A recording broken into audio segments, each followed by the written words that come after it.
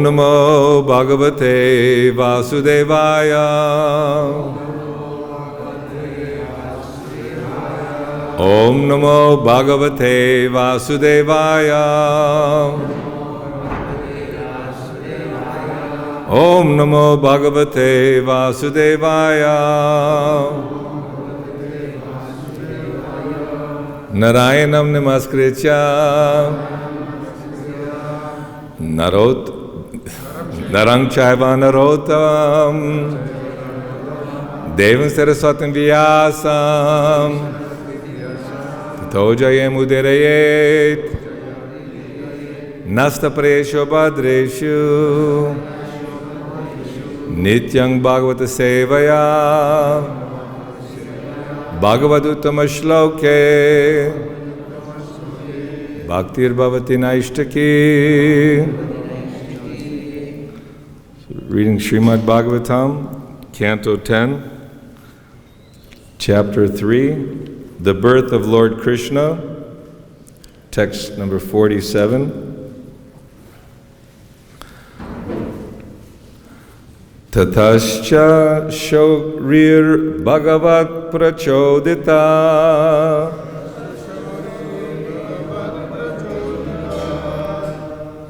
Sutang Samadhyasa Satika Grihai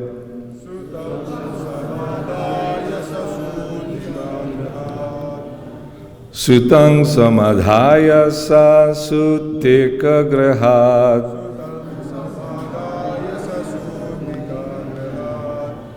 Yada Bahir Gantum Iyesha Trayajam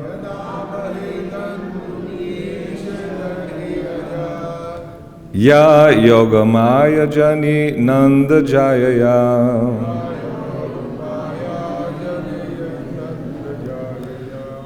Tata thereafter Cha indeed Shauri Vasudev Bhagavat Prachodita being instructed by the Supreme Personality of Godhead. Sutam, his son, Samadaya, carrying very carefully. Saha, he, Sutika Grihat, from the maternity room. Yada, when. Bahigantum, to go outside. Iyesha, desired. Tarhi, exactly at that time. Aja, the transcendental energy, who also never takes birth. Ya, who? Yogamaya is known as Yogamaya. Ajani took birth. Nanda Jayaya from the wife of Nanda Maharaj. Translation and purport by His Divine Grace Abhay Charanaravinda Bhaktivedanta Swami Srila Prabhupada Ki Jai. Thereafter, exactly when Vasudeva, being inspired by the Supreme Personality of Godhead, was about to take the newborn child from the delivery room, Yogamaya, the Lord's spiritual energy, took birth as the daughter of the wife of Maharaj Nanda. Repeat after me. Thereafter, exactly when Vasudeva, being inspired by the Supreme Personality of Godhead, was about to take the newborn child from the delivery room, Yogamaya, the Lord's spiritual energy, took birth as the daughter of the wife of Maharaj Nanda. Purport. Srila Vishwanath Chakravarti Thakur discusses that Krishna appeared simultaneously as the son of Devaki and as the son of Yashoda, along with the spiritual energy Yogamaya. As the son of Devaki, he first appeared as Vishnu. And because Vasudeva was not in the position of pure affection for Krishna, Vasudeva worshipped his son as Lord Vishnu. Yashoda, however, pleased her son Krishna without understanding his Godhead. This is the difference between Krishna as the son of Yashoda and the son of Devaki. This is explained by Vishwanath Chakravarti on the authority of Hari Vangsha. Haribol. Turn down the volume a little bit. Om Jnana Timarandasya Gyananjana Shalakaya Chakshurun Militam Jena Tasmai Shri Guruve Namaha Shri Chaitanya Manobhistang Stapitang Jena Bhutale Swayam Rupa Kadamayang Tadati Swapadantikam. Jai Shri Krishna Chaitanya Prabhu Nityananda Shri Advaita Gadadhar Shivasadi Gaur Bhakta Vrinda. Hare Krishna, Krishna Krishna, Hare Hare, Hare Rama, Rama Rama, Hare Hare. Thank you. Hare Krishna. So we're hearing about the incredible pastimes of the Supreme Personality of Godhead, sitting in Sri Vrindavan Dham and so close to where Krishna appears in this world. And here we're hearing how Krishna appeared simultaneously for Devaki and Mother Yashoda.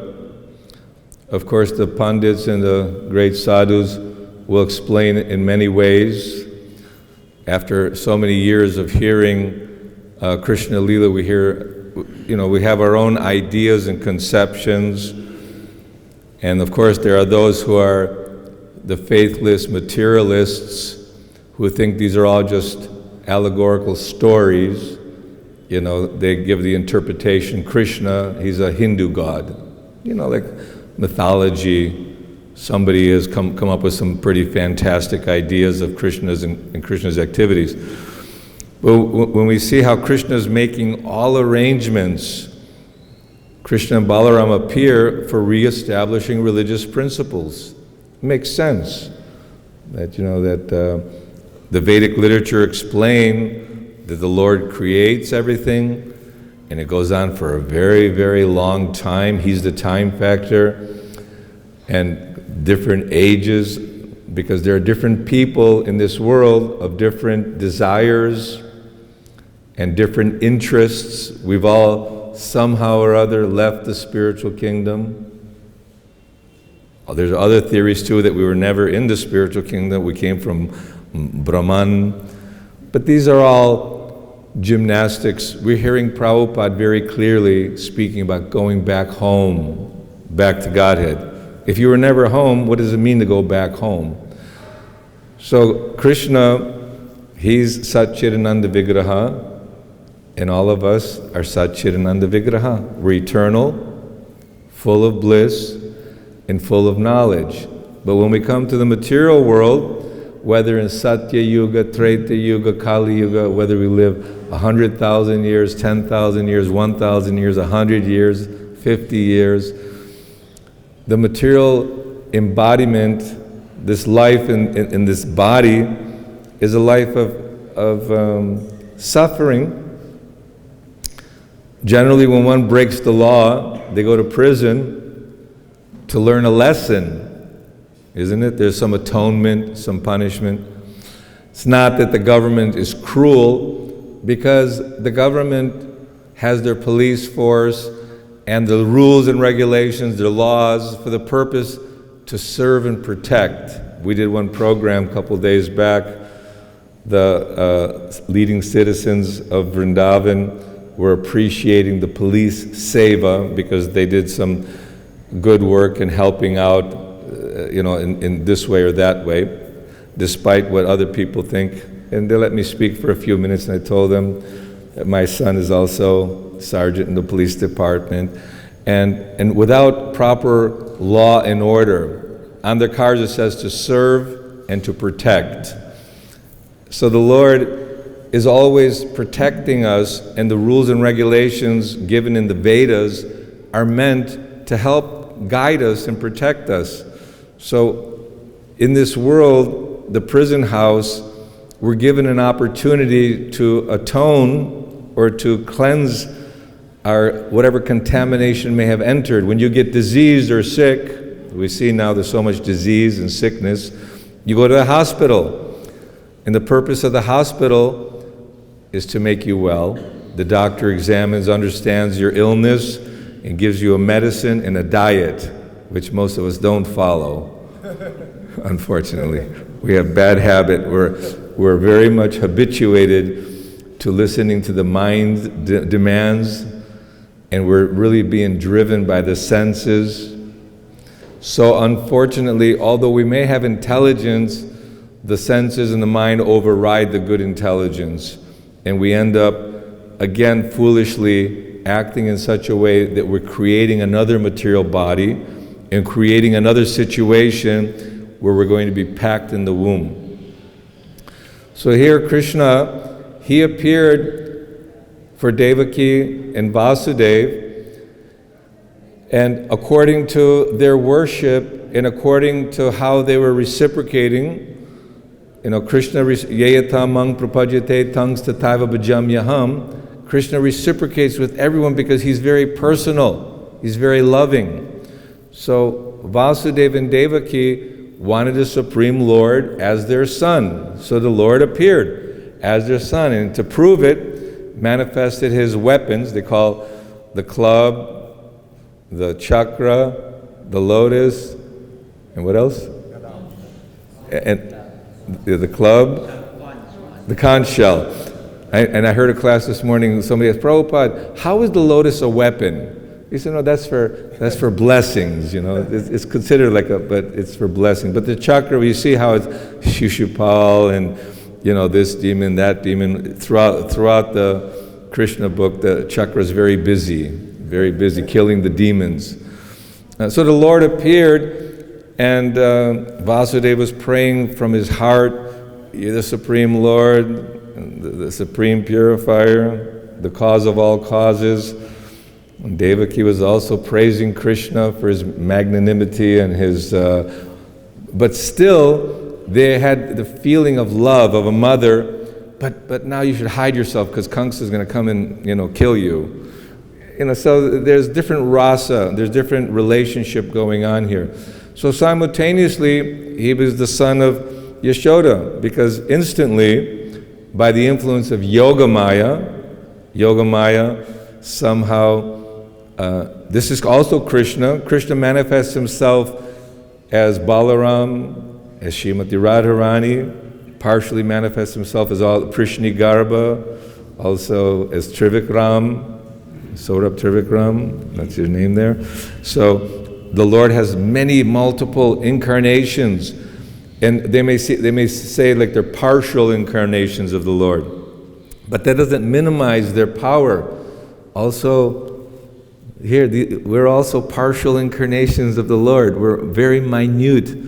We're actually none different than Krishna. You can't say the drop of the ocean water is not ocean water. It is ocean water, but it doesn't have the power of the ocean. It doesn't have the grandness, isn't it, of the ocean. So Krishna, for sake of pleasure, because he's full of ananda, full of bliss, he creates so many living entities, and he has the spiritual kingdom, Goloka Vrindavan, Vaikuntha planets, and there are varieties of living entities who are actually experiencing different rasas and different loving exchanges with the Lord at every moment on different levels. We think, Madhurya Ras, number one, or the parental love. It's a nice, but it's not Dasya Ras. Now we're servant, or Sakya as friend, or on veneration. So many different kind of relationships, but each relationship that every individual has is a unique, very satisfying relationship. Fully satisfying. It's not that the cowherd boys are feeling jealous that Krishna's having a rasa dance with the gopis. Everyone, in all the, also the assistants of the gopis, manjaris, Jai Shri Gaur Nitai Krishna Balaram, Lita Vishaka Jaya Radhe Shyam. So how fortunate can we be to hear Srimad Bhagavatam? All the great sages of Naimisharanya, they sat for a sacrifice, to perform thousands of years of sacrifice for the purpose of self-realization, for the purpose of atonement and clear direction as to what is the goal of my life and how to achieve it. Just a little side note, I was reading how Lord Balaram, he didn't want to get involved in this battle of Kurukshetra. He didn't like the family going to be fighting and this and that, but he went to Naimisharanya and everybody stood up and everyone very much respected Lord Balaram. The elders also gave but Romaharsha and Sutan, he was sitting in the Vyasasana, and Balaram noted that, although he was elected by all the great sages to preside over this great sacrifice at Naimisharanya, he considered, he was a low birth, that Anuloma and Pratiloma, that his mother was a Brahmana, but the father was a Kshatriya. So although one may not be qualified, everyone has the opportunity to come to the Brahminical status. But it said that even though after vast learning of the Vedic literatures and all the scriptures, and achieving that, because he did not develop humility, he didn't develop the proper gentleness, the qualities of a Brahmana, Balaram didn't like that. And he says, we're here, my first duty is to uphold religious principles. Prabhupada often would say, it's the government's responsibility to ensure that those who claim to be Hindus, they're following Hindu Dharma, or those who claim to be Christians, they're following the Christian teachings, and those who are Muslim, they're following the Muslim teaching. But of course the government have to be enlightened Rajarshis. It's not that some modern animalistic, low-class, uneducated person can determine whether you're following religious principles or not. But Balaram, being the Supreme Personality of Godhead, felt that he was a cheater, or he was not properly executing his duty because he was promoted as a Brahmana to preside over the assembly of great sages for such a long yajna sacrifice, but he has not developed proper humility and proper understanding of respect. So just with the kusha grass, Balaram finished him. But then all the sages and Brahmanas recommend, but that's not good because we promised him a long life. So Balaram said, okay, Suta Goswami, who is the son of Romaharsha, and he can preside it because the son and the father are like one. And then they recommended some atonement, so Balaram liked that idea. He's doing all the pilgrimages throughout all the holy places. So we can see that the Lord, He's not bound by the rules and regulations. That appears sometimes that maybe, Krishna, he killed his uncle Kamsa, and Balaram, he may perform some activities which materialistic people may think to be irreligious, like we discussed many times how Krishna dancing with the gopis, the wives of others, and these activities are not acceptable in proper religious principles, that we have to abide by rules and regulations. So Krishna is doing these activities for the purpose of reestablishing religious principles. And somehow He's made us fortunate that He appeared again as Chaitanya Mahaprabhu in His most merciful incarnation. Namo Mahavadanyaya Krishna Prema Pradayate Krishnaya Krishna Chaitanya Namane Gauratvashe Namaha. The Lord is very kind and mercifully giving the highest benediction, even though we're in the fourth stage, the Kali Yuga, the Iron Age, where people are slow in spiritual advancement. They don't have proper religious principles. They don't have long life, longevity. And they're very easily disturbed. They're always ready to fight about, because, what does fight mean? My ego has been, rubbed in the wrong way. Oh, how dare you talk to me that way? Yeah, I know I was coming to the temple yesterday and a motorcycle came really fast and I said, oh, I yelled at them and they got mad at me too, that, get out of the way. So we're always thinking that we should not be disturbed and always respected, but sometimes we also have to be tolerant and meek and humble. It's difficult. It's difficult because pride, as one accumulates wealth or comes from a good family, I'm born in a Brahmana family, or I come from the Rockefellers or the Birlas or the different wealthy people.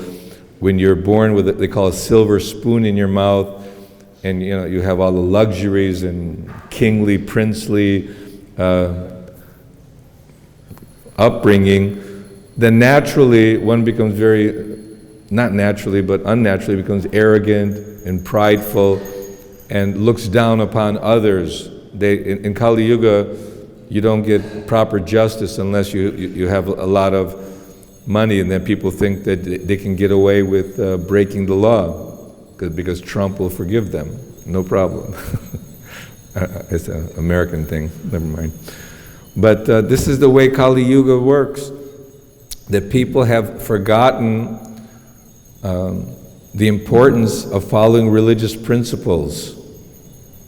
Someone was mentioning that the Catholic Church was announcing that, you can take the vaccine because, this COVID vaccine is there because no aborted fetuses were used in the preparation of the vaccine, but they themselves are maintaining slaughterhouses and performing all kinds of obnoxious activities. So we don't know what kind of authority they have to tell us that, okay, that vaccine is kosher. It's a kosher vaccine. It doesn't have any animal byproducts or.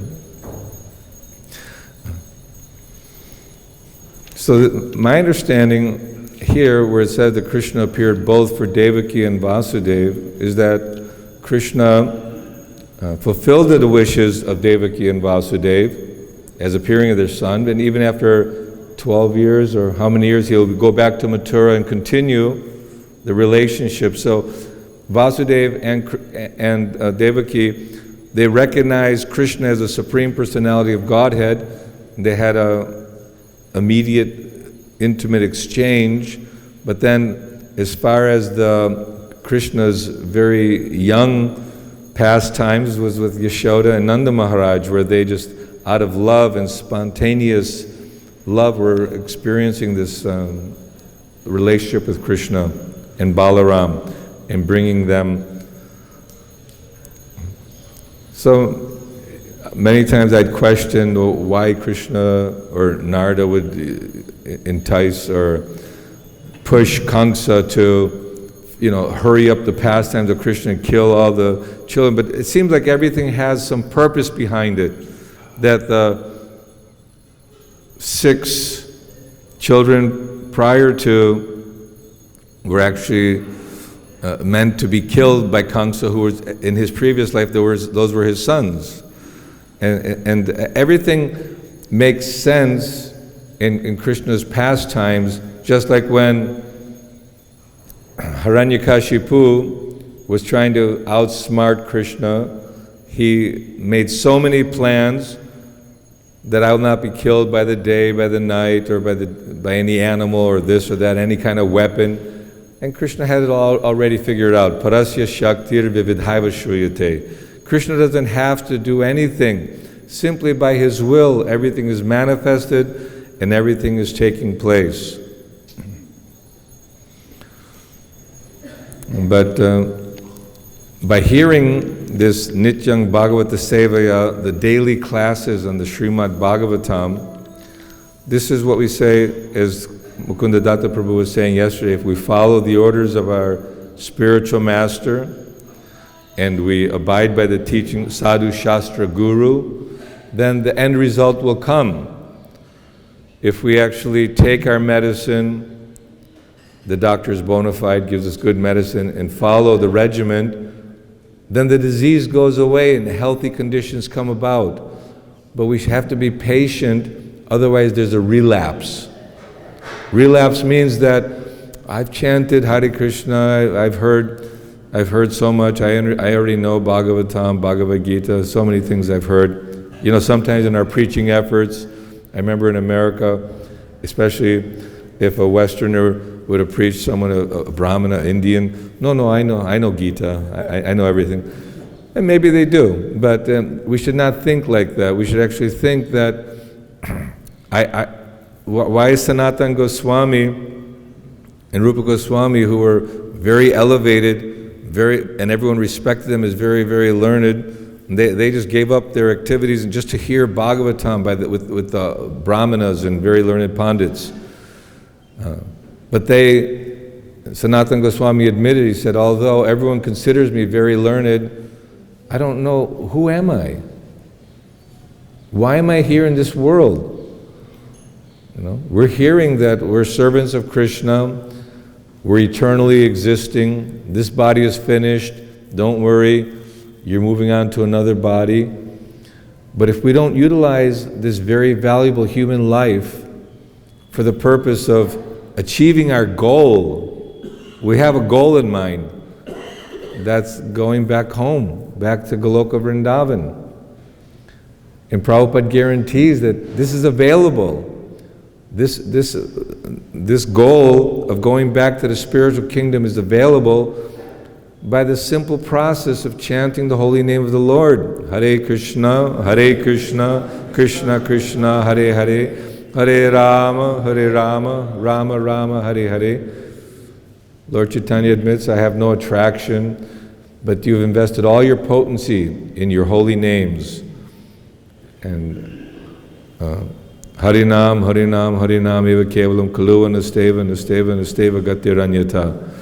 So after a lot of philosophical discussion and research and analyzing things, in this way, that way, the Lord's appearances and the intricacies of the creation, and also what to speak of when Yudhishthira Maharaj was doing the yagya, what was it called?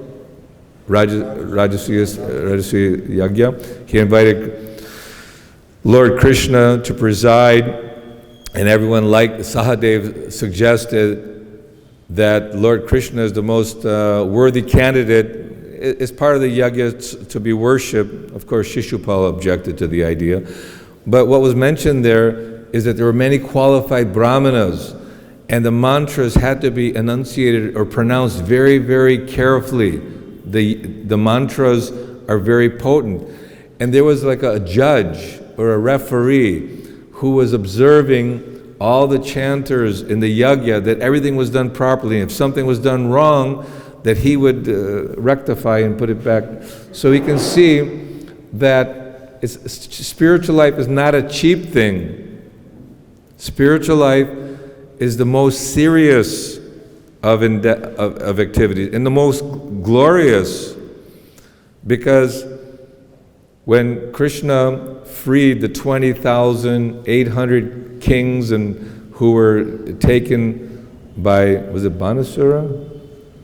I believe Banasura. He put them in a cave, and then after Krishna relieved them, they were praying that we were so illusioned by our crowns, our kingdoms, and our so-called respectable position, and now we surrender fully to your lotus feet. And Krishna remarked that, yes, this is the conclusion of one's intelligence or one's advancement, that when we decide that now I surrender unto you, please instruct me.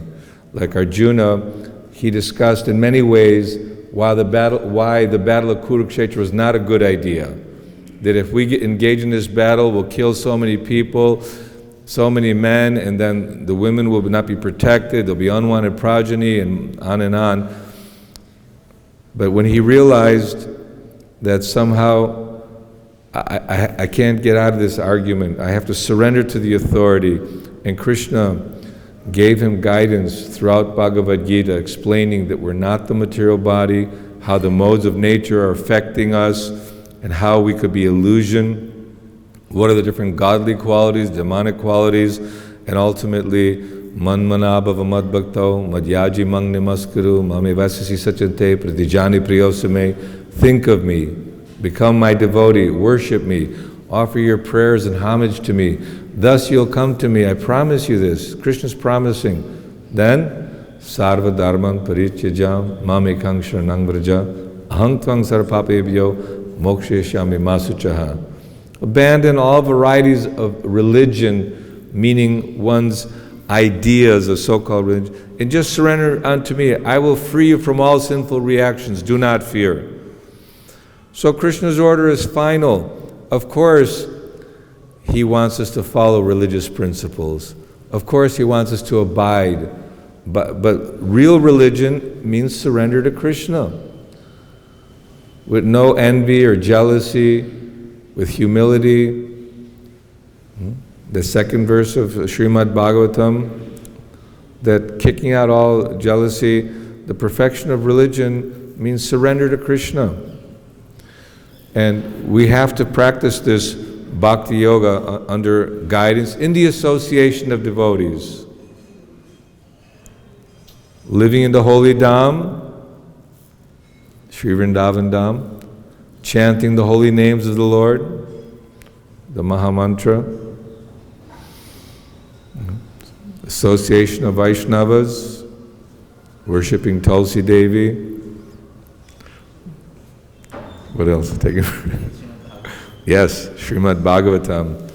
Because when the sages were concerned that when Lord Krishna left this world, just like Krishna came, he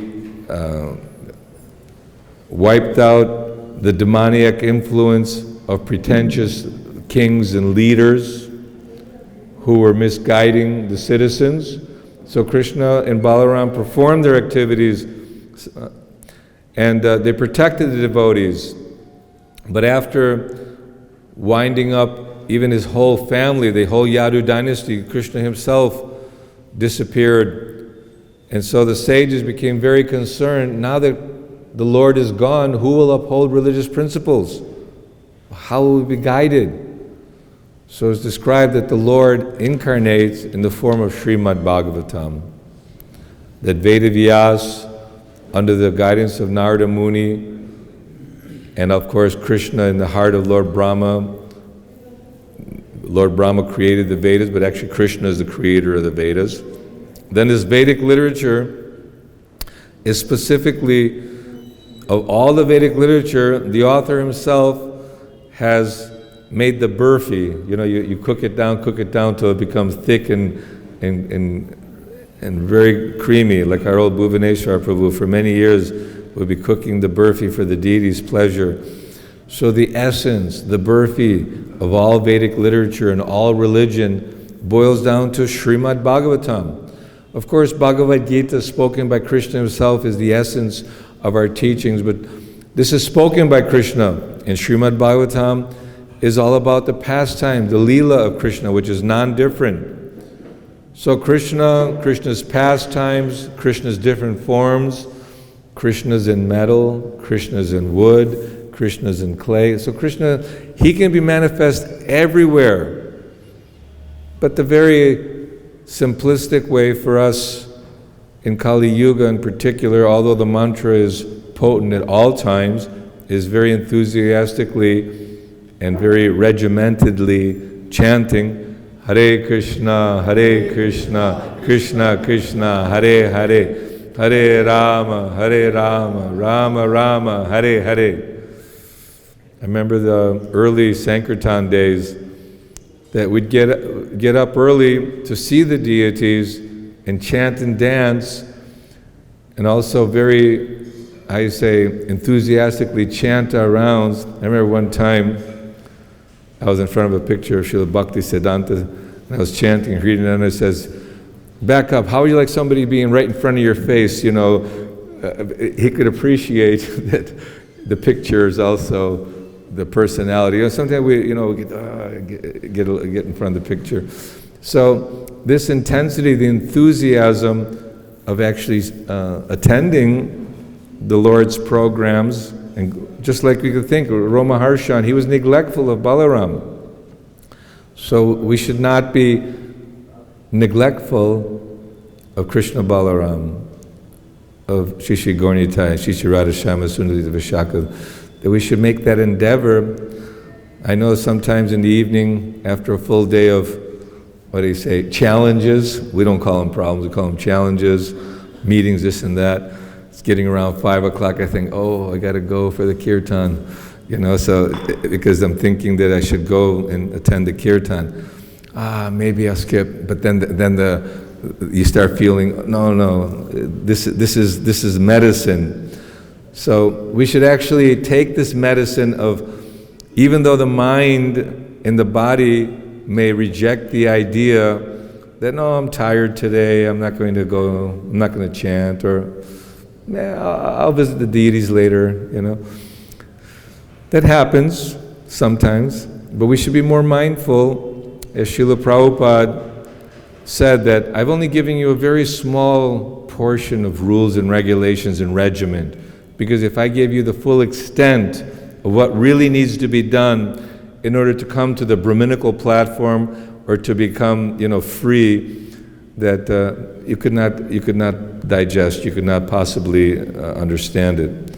Just like when he was arriving in America, he was feeling the atmosphere, and he said, how will these people take the thing of no intoxication, no illicit sex, no meat eating, no gambling? It's just very, very difficult to comprehend. Just like Arjuna is complaining to Krishna that the mind is more difficult to control than the raging wind. How I can control my mind and senses? Yes, it's very difficult, but constant practice and detachment, you'll gain strength, you'll gain clarity. So we should have the faith in Srila Prabhupada's teachings and words that, attend the programs, because the programs are structured in such a way by the Acharya, Sadhu Shastra Guru. Maybe at different times there were different kinds of meditation and regulations for performing the religious principles. But in this day and time, here and now, be here now, Prabhupada is the founder Acharya, and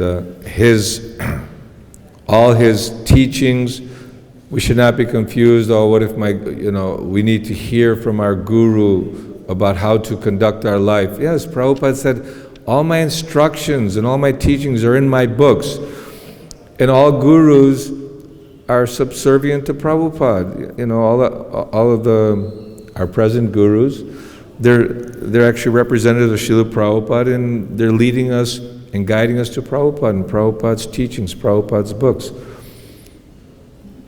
So this should be our inspiration, that we should hear about Krishna, we should hear about the process of bhakti, we should render service, because it's not just theoretical or something that we should, I know it's important to do so, but I didn't have the order from my guru directly.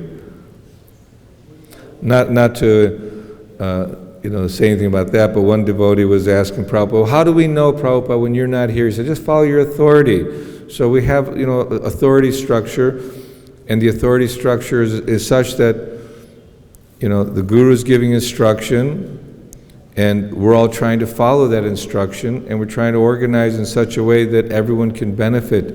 It's not that one is dominating the other, but we're all following this Guru Parampara. So anyway, this was I'll read the translation again. Thereafter, exactly when Vasudeva, being inspired by the Supreme Personality of Godhead, was about to take the newborn child from the delivery room, Yogamaya, the Lord's spiritual energy, took birth as the daughter of the wife of Maharaj Nanda. So Krishna, he planned everything, and Yogamaya is playing her part and being very instrumental in helping, assisting Krishna in his Leela. But Krishna is ultimately the director of it, everything. Okay, enough confusion. So, Srila Prabhupada ki jai.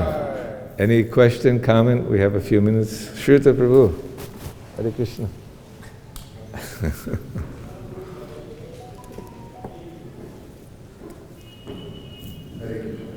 So you mentioned about giving us the rules and regulations and not being too extreme in it. But he did, of course, give us the 4 regulative principles, and most of them are very clear cut. No meat eating, no intoxication, even to the point of coffee and tea.